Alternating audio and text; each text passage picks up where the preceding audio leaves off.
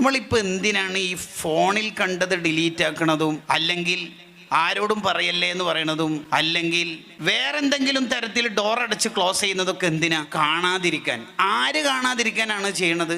ഉപ്പ, ഉമ്മ, ഉസ്താദ്, നേതാവ്, ജ്യേഷ്ഠൻ, അനുജൻ, ഭർത്താവ്, ഭാര്യ, ഇങ്ങനെ എണ്ണിപ്പോകുമ്പോൾ ലാസ്റ്റ് ഒരു ചോദ്യം, അല്ലയോ? അപ്പൊ ശരിക്കും ആര് കണ്ടാലും നമുക്ക് പ്രശ്നം? സൃഷ്ടാവായ അല്ല കണ്ടാലാണോ പ്രശ്നം? സൃഷ്ടികളായ മനുഷ്യന്മാര് കണ്ടാലാണോ പ്രശ്നം? ഈ ചോദ്യം നമ്മൾ അഡ്രസ് ചെയ്യണം.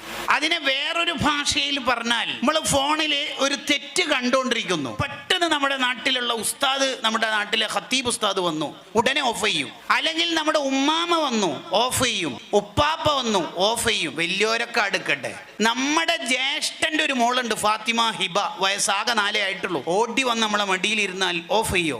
ഓഫ് ചെയ്യും. അള്ളാഹ് പറയണത് എന്താണെന്നറിയോ?